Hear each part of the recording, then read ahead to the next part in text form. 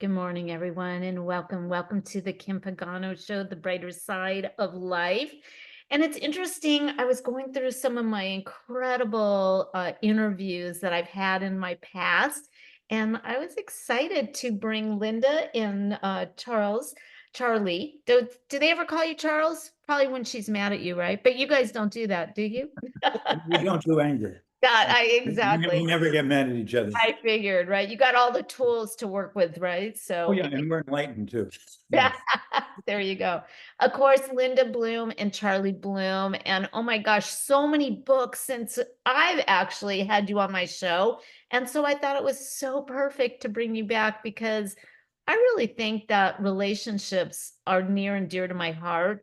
My husband and I have been married 38 years, All four right. children, five grandchildren. And I think like we're at a really good place in our life now. It's kind of like we've worked hard, played hard, and now it's more play hard and work a little doing what you love doing. And that sounds like kind of where you guys are at. First of all, you have so many books. You've been married since 1972. You're both trained psychotherapists and relationship counselors, which is like that's why I'm meaning you have all the tools. Does that really help? It Does it? really helps. Okay, good. Okay. You worked with individuals, couples, groups, organizations, and you've written a ton of books. And I just want to kind of go through those. And also you are including the Institute of, is it Esalen? And then Yes. Kripalu and for yoga and health. I mean, you kind of got it all happening here.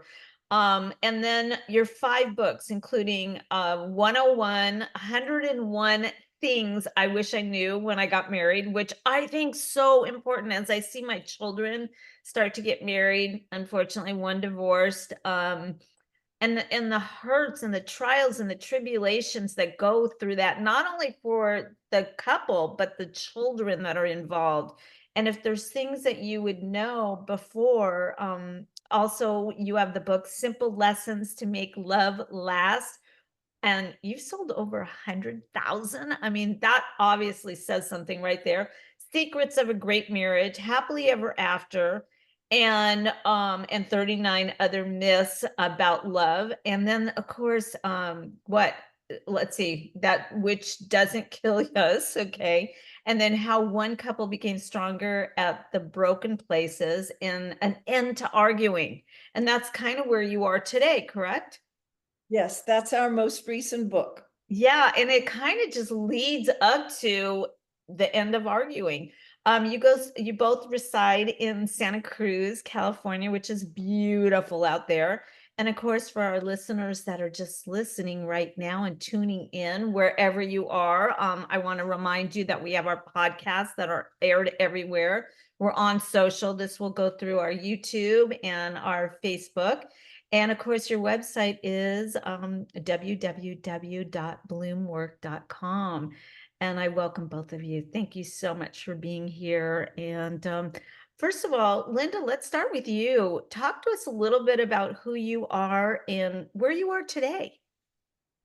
Well, I'm just blissfully in love with my husband, and we've been married for more than 50 years. That's just incredible. This has not always been the case. Okay, good. I fell hard for him when we first met, and we had a period of a dozen years that were just the normal stresses, and then we hit a really rough time. And every couple has those periods that are rough. And we had an irreconcilable difference about how much Charlie was working when the children were small, which just about brought us into the divorce court.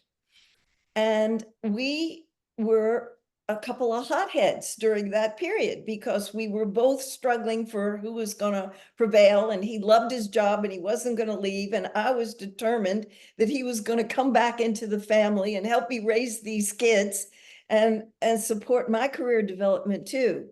But oh, did we learn a lot during that rough time.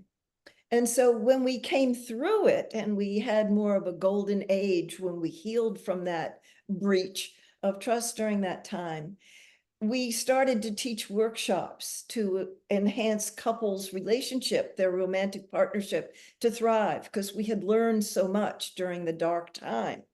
And so that has been our mission, is to save couples some trouble so they don't have to learn the hard way, and that we could share from our experience, which is an age-old custom, is the people who have life experience, who the elders in the tribe, hand down their ways to the younger people. And I'm really enjoying writing and teaching and counseling and handing down some of our practical wisdom. I'm getting the biggest kick out of it. And the fact that I get to do it with my beloved makes it even more joyful. This is like your dream that you've been wanting your whole marriage, your whole relationship, and now it full circled. And that's kind of like, and you talk about the hard times, but we'll go through that afterwards. Charlie, talk about where you are today and who you are. Well, we've both been on the same path for much of the time we've been together, but in the early days, what I'm doing now was probably like the last thing that I could have imagined doing. I came from a family where there was a lot of disharmony, and the lessons that I learned in growing up was to be very careful about getting into a committed relationship, because this is where it could go. But when Linda and I met in 1968, I was kind of smitten with her. Although not, I was very young. I was 21 in 68. But it wasn't immediately love at first sight for me. And it was apparently for her. And that's where kind of one of our many, many differences began to show up. Mm-hmm. And over the years, we have discovered, oh, there's a lot of other places where we're not on the same page. But because we both wanted this to work, we had the motivation to do some work and learn some things. And we were both intelligent enough to know how stupid we were in terms of relationships. So we had some motivation and some reason to be open to finding some things that we could learn, that we could improve our relationship. And we went to graduate school and got our degrees and became therapists. And so it's been quite a ride. And I'm not saying that we have arrived or we have made it and our work is complete, because it never is. But the thing is that one of the things that I've learned in the process is that, yes, number one, it does require work for most people. Some people are really blessed and they have come from families where, they've learned wonderful skills and They have an example to look back on, right? And exactly. some don't. Yes. Exactly. But, for most of us, we didn't come from perfect families. And so, that's one of the things that I've learned is that, yeah, there is work. The second thing is that the work is doable. And no matter how discouraged you may get, and I'm not saying this is true in 100% of the cases, because some relationships are just not meant to be. Correct. Yes. But in the case of relationships where there is some possibility, you can work things out even when it seems sometimes practically impossible. So that's the kind of work that we do, and we seem to specialize, not by intent, but just for whatever reason, in working with couples who have found themselves in a very, very painful position and are close to feeling hopeless. Mm-hmm. So that's kind of our specialty. I love that. I love that. Linda, what are you thinking? What are you sharing? I'm telling Charlie that we have come so far, and I am so proud of us. I think we have really lived a personal growth marriage that we committed ourselves to decades ago. And I think that we've come a very, very long distance. And I feel like it's part of my life's work and my mission to invite people to commit themselves to using their closest relationships as an opportunity for growth, because it's rich with opportunity. And it does feel really good when you do have that feeling of somebody that is got your back, that somebody loves you, that somebody's trying for you, correct? And when you, how can I say this? When you, like, when we meet couples that are bickering and you see there's not a connection, it's sad for them, right? And there's one person that is trying harder than the other. You want to kind of go, oh my God, there's so much more. Like, but there is, you talked about a dark time. And it takes, I know a lot of couples that when we were having our dark time, I would say, um, we both wanted to make it work. And then there's a time where one wants to make it work and one doesn't want to make it work, right? And that's kind of what Charlie was talking about, right? Is you can't make it work. You have to have two players. And so to me, that's the hardest thing. And I always used to say when people would come to me as a hair therapist before, I would be, talking to them and they're like, we're going through a divorce. I said, do you still love him? Yes. Oh my God, I'd do anything. Does he still love you? No, he's not willing to work. Then guess what? Until he is, or until she is, vice versa, there is no work there, correct? It's like you have to go and love on yourself. And if they come back to you, then there's a chance. Do you both agree? I agree that it takes two people to really move the relationship to a place where it's healed and healthy and wholesome, and where there's cooperation and shared power. But it only takes one with a strong, fierce commitment to get that rolling.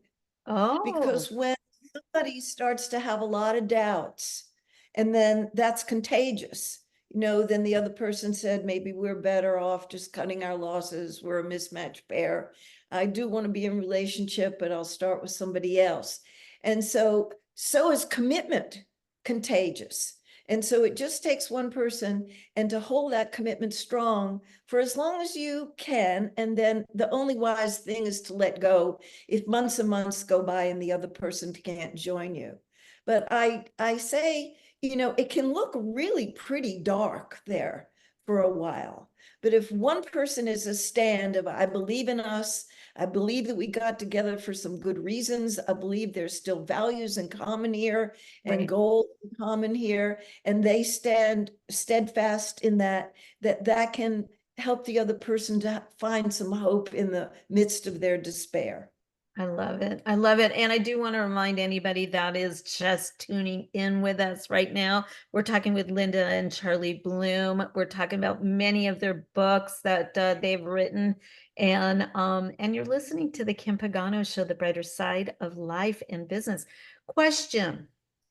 So if there's mistrust, how do you work through that? What's your thought on that? Who wants to? Oh, I'll take a crack at it, Kim. I love the way you say that. Yeah, because mistrust does cause a crack in your relationship. It really does. Trust, as many of us know, is the basic foundation of any healthy relationship. And I'm not just talking about, marriages or committed partnerships. If trust is not there, no matter what else you might have, pleasure, fun, support in other ways, if there isn't trust, it's not going to make it. Because it'll undermine the integrity of the relationship. Mm-hmm. And when the integrity of the relationship is broken and it's undermined, then there's no way that you can achieve high levels of mutual fulfillment. Now, a lot of people are willing to have that. They're willing to tolerate mistrust. They're willing to tolerate relationships that aren't especially meaningful, that aren't as fulfilling as they'd like them to be, that cause them to have to overlook a lot of things and accept certain deficiencies that are painful, but they have a right to choose those relationships and choose to be in them. And it's usually a mutual agreement that, they don't necessarily say, well, our trust is diminished here and we're not going to do anything about it. But that's the implicit understanding that's there. Right. So the first step in dealing with broken trust is just to tell the truth. And if one person feels that or notices that they just don't have the same trust in their partner that they have had or would like to have for a variety of reasons, and they can state them, then that's the most important step. And then that will obviously invite a response from the other person, one way or the other. And the way they respond to that is going to tell you something about how trustworthy they are. If they make you wrong or criticize you or, Make you shame feel crazy, right? I've seen, you, feel crazy, yeah, any, you don't know what you're talking about, yeah, right? right. That kind of thing. Yeah, Or, yeah, we have a problem here, and either we exactly. get through it, or, this isn't going to work. And so when you're talking about mistrust, are you talking about, I mean, it could be, a drug problem, it could be infidelity, it could be trusting that they're going to work, gambling. There's so many things, correct? Yes, and sometimes people have a mistaken notion about broken trust, and they think it's some big dramatic thing like an affair. And trust can be eaten away at with a lot of small things, like making agreements and not keeping them. Right. So most people who separate and divorce, there is a broken trust there, but it isn't necessarily one of those really big, blatant drug addiction, alcohol addiction, sex addiction affairs. It's those little incremental things over time that are so important. And people get hurt when the agreement's broken and just pull away a little, and then they pull away a little bit more, and then they pull away a little bit more, because those incompletions don't get addressed. There's so many people who are conflict phobic and won't bring it up when it happens. They just nurse that grudge inside, and the resentment keeps building up. And before you know it, those incompletions have mounted up over the months and years, and it's like an avalanche falls down on the relationship and buries it. And so we're all about checking in on a regular basis, at least once a week. More is better. For Like years. a couple's meeting, right? Or how's Yes, it yes. going? How do you feel? Am I doing a good job for you? Do you feel loved by me? I mean, correct? Those are good questions. Absolutely essential. And it's mind-boggling how many couples don't do that. Yeah, and even take it even further, family, right? To the children, because sometimes you'll miss the part that the kids don't feel loved, or they feel like, they're isolated. So you could even go further into the relationship, into the family, correct? That's exactly right. Yeah, I heard that in the past, and I love that, because that is really what communication is all about, staying on the same page. Yeah, I love that. We're gonna go over. Are you guys okay with that? Because I don't feel like we just didn't even dive into half of the stuff that we need to talk about.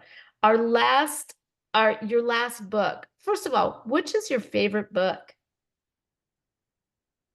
Oh, it's hard. That's like asking who's your Your favorite favorite child? child, right? I love it. Now, did you write these together? Yes, but not in the conventional sense of two people sitting down and writing at the same time. Oh, that's cool. Okay.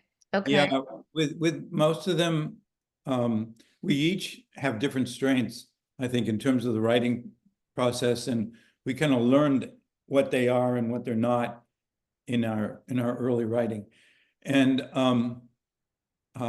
Linda does not have the problem that I have in terms of facing the blank page. You know, she can start writing anytime, anywhere, about anything. And That's her gift. yeah, and it really is a gift, because I have trouble sometimes just kind of getting started, and I need to have something to focus on because my mind goes into all kinds of different possibilities. Right. I wake up at 4 o'clock in the morning and it's like, oh, that's what I was thinking about. And I'm like, Yeah, I could write most of the stuff right there. Done. yeah, you know that territory. Yeah. Yeah. So generally, she will do a very rough draft about something, you know, not a big one, but, you know, just enough to kind of get moving. And I'm good at getting a kind of refining stuff, so I can take a rough draft and make it smoother. Make it better. I love it. What a great combination, kind of like a puzzle, right? I love that. What do you want the world to know about relationships? I mean, you both really, what do they say? Like an expert is so many hours. You guys have done those hours. What would you want the world to know to make, we're in a world right now that feels divided, not only in just relationships, but in our world. And if you don't have your relationship, your family unit, your couplehood, you're going to feel alone. And what could we say right here, right now, to really make a difference? Thank you for asking. I have a very high regard for the positive psychology movement. For 90 years, they've been going all over the world and interviewing people about happiness. Everybody that I respect in the positive psychology movement says the same thing. You get the biggest bang for your buck for your closest relationships. And so our lover, our committed partnership, our romantic partner, our spouse, that's as close as it gets. Our children, our grandchildren, our extended family, and our family of choice, investing in those relationships, having meaningful conversations, not superficial relating, getting down to what really has heart and meaning. That is what is going to move us along our path. And while we are doing that, including some growing pains, we are evolving as a human being and getting the most out of our life, a rich, full, meaningful life. And that is my mission, to try to bring that message to people, to inspire them to do the work of becoming a big communicator, to becoming yeah, super communicator, to becoming terrific at conflict management, to grow the qualities of courage, commitment, resilience, honesty, integrity, compassion, empathy, love all of those words. Yes, I yes, love all yeah. those things that grow us into who we could be. Because in the beginning of our relationship, we're only just good raw materials. We're potential. But with these two diamonds that are covered with gunk, and the friction that rubbing against each other will be in relationships sometimes, freeze the diamond to glow. Beautifully, beautifully said. I love that. I love that. And we went over, but we have 2 minutes left. Let me ask you a question. When couples get so busy because life just keeps happening and they're not intimate anymore, how do they regroup that? How do they regain that? When life is just a routine. Well, it's kind of a similar answer that I have as I did to the question about trust, or broken trust. The first thing you do is you tell the truth to yourself and say, you know what, there's something really missing here, and it's not okay with me. And then you try to identify what it is that's causing this feeling of alienation or disconnection or whatever it might be. And then you open up and let your partner know, look, this is what I'm experiencing. And this is what I'm discovering as I look within myself. And I just wanted you to know that, because this is something that I feel is really important to me and to us. So I'm just wondering, how do you feel hearing me say this? I love that. That doesn't sound like a blame game. No, no, It's you're taking responsibility for yourself and you're projecting your feelings and your thoughts to the other person who exactly. love and want it to be better. So I love that. Oh gosh, we need, can we do this again? Because there's so many more. First of all, how do people work with you? Do you work with couples? Are you both together in the room? Are you virtual? How does that look? We do a lot of our counseling by Zoom because people can be anywhere in the country, anywhere in the world. Sometimes they want to see both of us to get the male and the female point of view, and the introvert and the extrovert point of view, and the Mr. Spontaneity and the form and structure person, because there's a lot of My ways. God, you just named my husband and I totally. And in that order too. My husband's like, he never even knew he had feelings. Okay. We did a leadership class and he's like, this feels really weird. And he didn't say it. I'm not out, saying anything. And now he's like, and then he goes, now I feel it. What do I do with it? Right. Oh, So that's a good question. I know, yeah. He's like, I told you my feelings. Are you going to change? No, that's not how it works. So yeah, I mean, so good, so good. First of all, thank you both for your time. And of course, God, what you're giving to the world, that's really so important. How do our listeners find you? How do they find your book? www.bloomberg.com. So when we teach at Kripalu on the East Coast and we teach at Esalen Institute on the West Coast, or wherever we're teaching, it's listed on the website. And there's all kinds of free stuff on our website. We've got 3 free ebooks people can download. And also we've got lots of, YouTube videos on our YouTube channel, and over 600 blogs on Psychology Today. So they can get a lot of value just from our site. But if they want to speak to us, that's how to contact us. And we invite your listening audience to consider coming to a workshop, because we cram a ton of value in a weekend. I bet you do. I love that. Okay. Well, again, this has been a pleasure. Charlie, thank you so much. Linda, thank you so much. I can't wait to share all of you. And of course, you'll be in our newsletter and we'll give them all the information. And again, this is what I do. This is like from my heart. So it's great. I want to definitely do another interview with you. Let's do it. Okay. Thank you so much. Have a great rest of your day.